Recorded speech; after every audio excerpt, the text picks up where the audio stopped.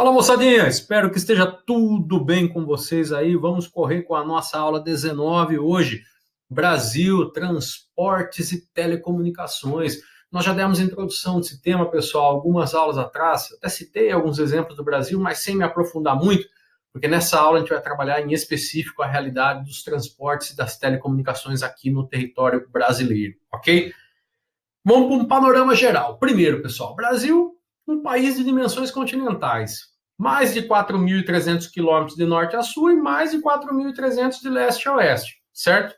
Histórica falta de investimentos, pessoal. Quando nós falamos em modais de transporte, ou seja, tipos diferentes de transporte aqui no Brasil, automaticamente nós temos que lembrar de uma defasagem, de uma insuficiência, tanto de quantidade quanto de qualidade, certo?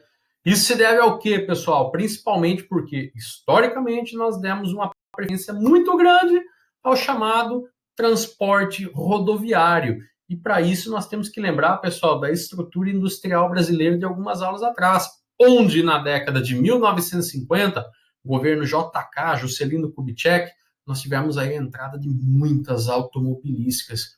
Então, como forma até de incentivar essa produção das automobilísticas, foi dada uma ênfase muito grande no transporte rodoviário, que hoje movimenta aí principalmente 52% de todo o transporte do território brasileiro. E como nós vimos naquele quadro comparativo de algumas aulas atrás, pessoal, o transporte rodoviário tem seus pontos positivos, mas comparado com os outros, ele é muito defasado. Por quê? Porque ele encarece muito o frete, né? Ele é muito caro. Caro por quê? Combustível, carrega pouca carga, questão da manutenção, poluição, enfim, entre outros fatores, tá? Qual seria uma possível solução, pessoal, para tentar melhorar um pouquinho esse estágio aí? As chamadas privatizações ou concessões para empresas privadas. Exemplo aí, os pedágios no estado de São Paulo. Você paga um certo valor para utilizar as rodovias, mas elas estão um tapete, as melhores rodovias aí do território brasileiro, apesar de pedágio ser uma coisa muito contestada, ok? Dá uma olhadinha nesse quadrinho aqui de baixo, ó. Vocês vão perceber aí, pessoal, deslocamento segundo tipo de carga entre vários países, né? Você tem Rússia, França, Estados Unidos, Japão e Brasil. O Brasil está lá embaixo, dá uma olhadinha na linha. Nós temos aí uma porcentagem muito alta dos transportes aí brasileiros, dos transportes aqui no Brasil, centrado nas chamadas rodovias, ok? Ao contrário dos outros países, perfeito? Pois bem, pessoal, qual que seria o panorama ideal? Já vimos na aula passada sobre transporte. O ideal, num país de dimensões continentais como o nosso, é investir no chamado transporte ferroviário. O transporte ferroviário, pessoal, ele é muito utilizado em países de dimensões continentais, como é o caso da China. Olha aqui embaixo, ó. China, Estados Unidos, Rússia. Tirando a Rússia, que é um caso à parte, né, pessoal, que é anômalo, né, uma coisa muito gigante, Brasil, China e Estados Unidos têm um tamanho semelhante. Vejam a malha ferroviária dos Estados Unidos e da China, pessoal. Principalmente a dos Estados Unidos, tá? E olha do Brasil. O Brasil tem pouquíssimas estradas de ferro, pessoal, pouquíssimas, tá? Então, nós deveríamos investir mais sim. Pena que durante o período histórico aí, durante o desenvolvimento histórico, nós não aproveitamos as nossas potencialidades. Nós temos um relevo que, em boa porcentagem, favorece o estabelecimento aí de ferrovias. Nós temos aí um litoral onde seria necessário para efeito de transporte também as ferrovias, mas nós não demos atenção devida a isso aí ao longo do nosso desenvolvimento econômico, social e histórico. Ok? Tranquilos? Vamos começar um pouquinho falando dos transportes rodoviários, então, pessoal. Transporte rodoviário, vocês podem observar por esse mapa que, moçada, não está por igual no nosso território, né? Nós temos bastante rodovia, principalmente no centro-sul. Só que nós temos que lembrar uma coisa, pessoal. Essas redes geográficas, pode ser de rodovia, de ferrovia, de transporte, telecomunicações diversas. Esse tipo de rede geográfica, pessoal, vai refletir a capacidade de produção e de consumo de um determinado local, ou seja, a sua evolução econômica, certo? Por isso que nós temos mais rodovias em São Paulo do que, por exemplo, no Amazonas. É só pensar pela história. Por onde que começou a colonização? Do litoral em direção ao interior. Qual foi o principal foco de industrialização brasileiro? São Paulo. Então, onde se produz mais, se consome mais, as redes geográficas são mais observáveis, certo? Por isso que nós temos o Centro-Sul brasileiro muito mais servido, muito mais bem servido pelas rodovias. Lembrando que esse mapa é um mapa geral, pessoal. Se fosse pegar um mapa mais detalhado, enxergaríamos ainda mais rodovias no Centro-Sul do que, por exemplo, no Nordeste ou no Centro-Oeste, ok? Vamos lembrar outra coisa, pessoal, as nossas rodovias em péssimas condições, seja condições de segurança, de conservação em geral, e o gasto que dão aí para manutenção dos caminhões, aí o custo que dá para os caminhoneiros aí encarecendo o nosso frete, certo? Temos tipos diferentes de rodovias no Brasil, pessoal, como o autor aponta muito bem na apostila. Temos as radiais, vai de 1 a 100, são aquelas que partem do centro, que seria Brasília, em direção a cantos diversos do nosso país, tá?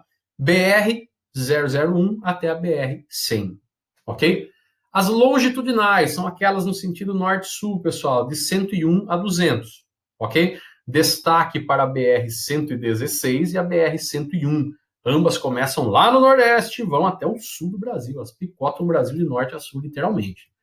Número 3, as transversais, pessoal, aquelas que estão ali na direção leste-oeste, certo? Direção dos paralelos, da BR 201 até a 300. Diagonais, o próprio nome já diz, né, pessoal? São as rodovias aí do número 301 até 400, ok? E temos aquelas que são aquelas de ligação, pessoal. Pode estar em qualquer sentido, qualquer direção, vai aí do número 401 até 500. Lembrando que estamos falando das BRs, rodovias federais. Nós temos no estado de São Paulo, por exemplo, as SPs. SP 135, SP 304. Se for para o Paraná, tem as PRs número tal. Se for para o Rio, tem a RJ número tal. Ok? Estamos falando aqui só das rodovias federais. Perfeito? Ok. Transporte ferroviário, pessoal.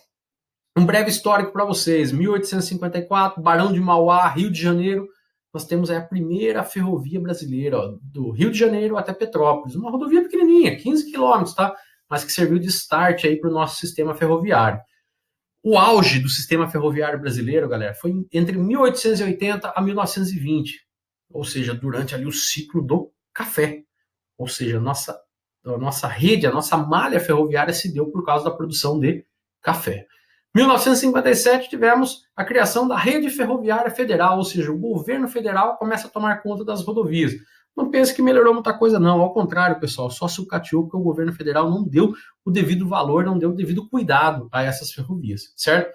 Tanto é que a partir de 1996, no governo Fernando Henrique Cardoso, nós temos o início do processo das privatizações, ou seja, conceder para empresas privadas a utilização dessas ferrovias. Digamos assim, pessoal, que no momento atual nós temos aí próximo aí de 30 mil quilômetros de ferrovias, o que para o nosso país é muito pouco, se considerarmos aí o tamanho dele, ok? Quais são os problemas das nossas ferrovias, galera? Como já falamos aí pelo aspecto histórico, pouco investimento. O governo brasileiro nunca deu a devida atenção. Já trabalhamos na aula passada, bitolas de tamanhos diferentes, então em um determinado local você tem uma determinada bitola, em outra uma bitola menor, você não consegue ali conectar as malhas ferroviárias, certo? Consequentemente, a nossa malha ferroviária acaba sendo pequena e, por ser pequena, ela não é eficiente, não cobrindo o que deveria do território nacional. Perfeito? Dá uma olhadinha, pessoal, nesse mapa ferroviário nosso aqui. Nós temos uma concentração no sul, no sudeste e no litoral do nordeste. Basicamente, essas ferrovias brasileiras foram implantadas seja para escoar café, seja para escoar minério. Como é o caso, dá uma olhadinha no mapa ali na parte de cima, pessoal. Você tem ao norte a cidade ali de Carajás, né? O projeto Grande Carajás do Norte. Você vê que tem ali uma ferrovia indo até o porto de Itaqui, em São Luís. É para escoar minério, assim como muitas outras aí que vocês estão vendo nesse mapa. Então, por isso que o Brasil nunca deu a devida atenção à sua malha ferroviária, certo? Vem ganhando destaque aí nos últimos anos a chamada Ferrovia Bioceânica do Pacífico. Pessoal, essa ferrovia tem um único objetivo: ligar o Oceano Atlântico até o Oceano Pacífico, cruzando todo o território brasileiro até cruzando o território peruano para chegar no Pacífico, certo?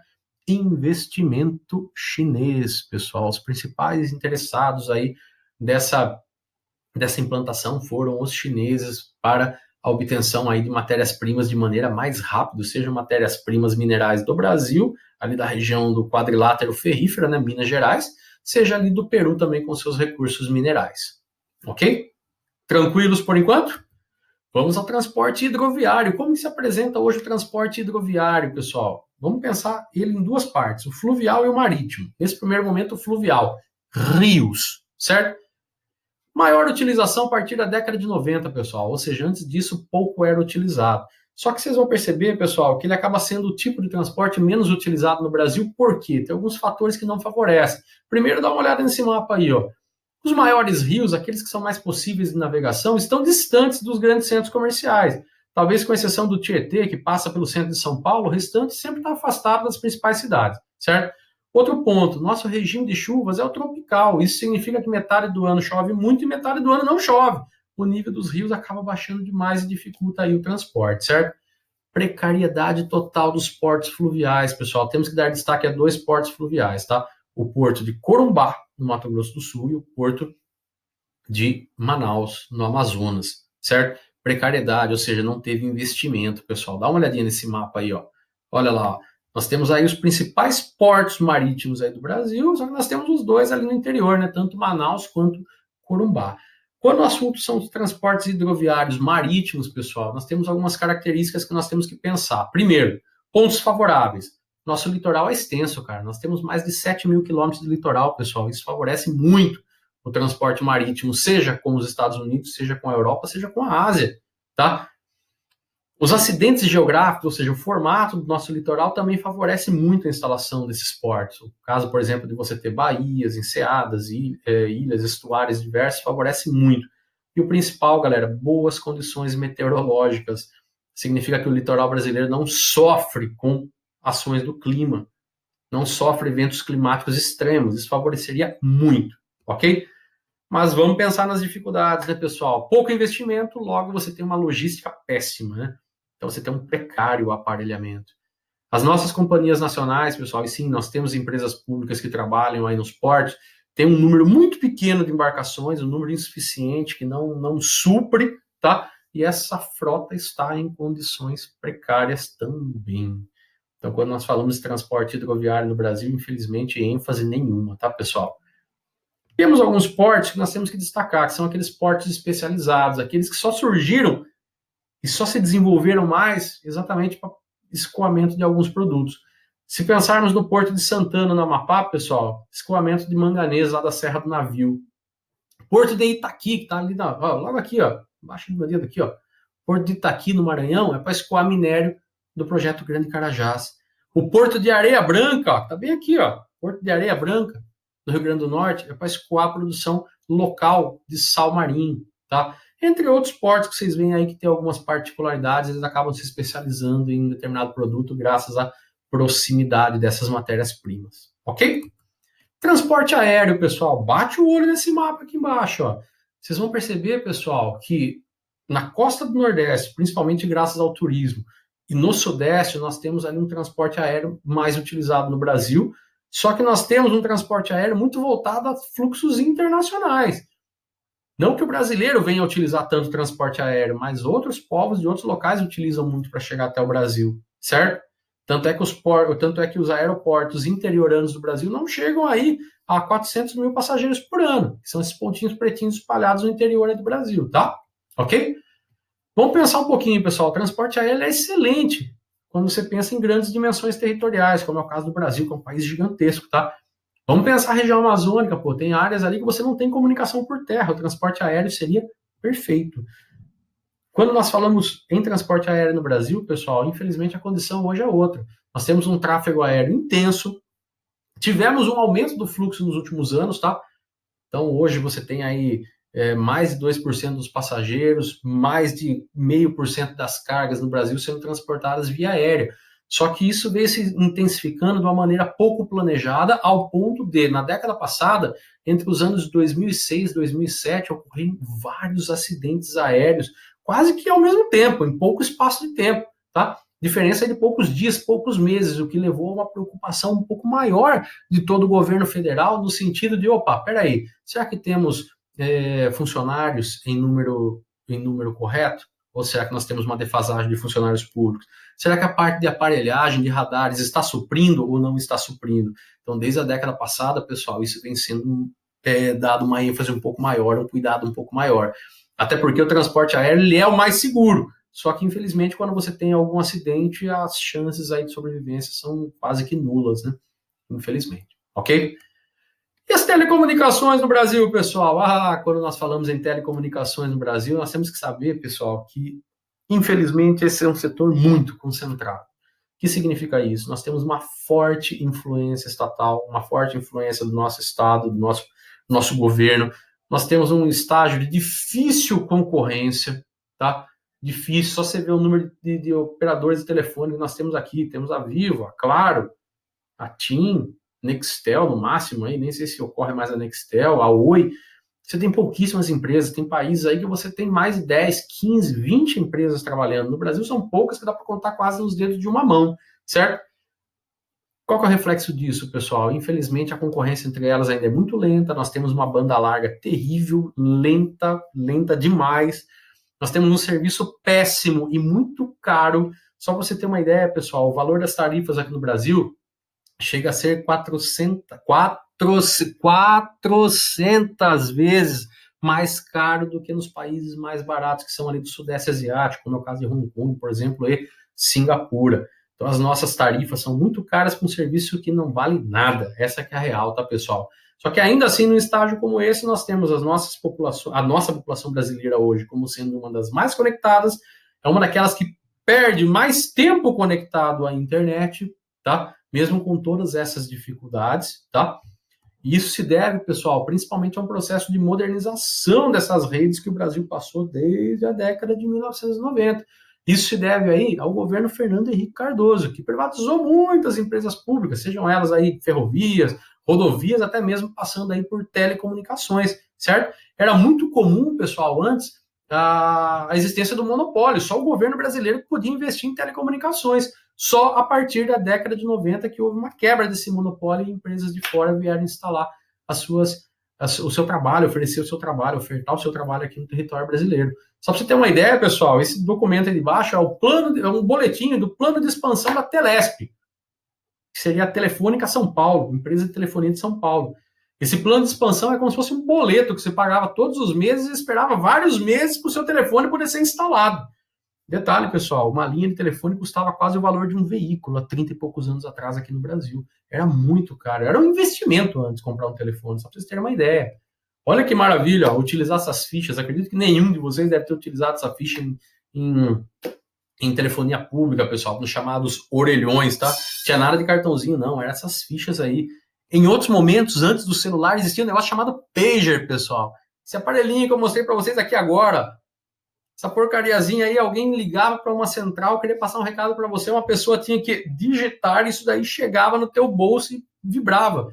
Imagina a alegria de algumas pessoas que tinham condições de ter isso daí, porque era um serviço um pouco mais caro, compravam um negócio desse, pagava-se caro, porque tinha uma mensalidade, ficava com isso no bolso e ninguém ligava. O cara ficava com isso no bolso, louco para receber uma mensagem e não recebia. E hoje, pessoal, hoje temos celular, temos WhatsApp, temos um monte de coisa aí que nos fez evoluir muito no quesito aí telecomunicações no Brasil, certo? Então tivemos aí uma modernização muito grande, apesar de todas essas dificuldades que nós observamos de um péssimo serviço oferecido e muito caro, ainda assim o Brasil vem crescendo muito o seu sistema de telecomunicações, ok?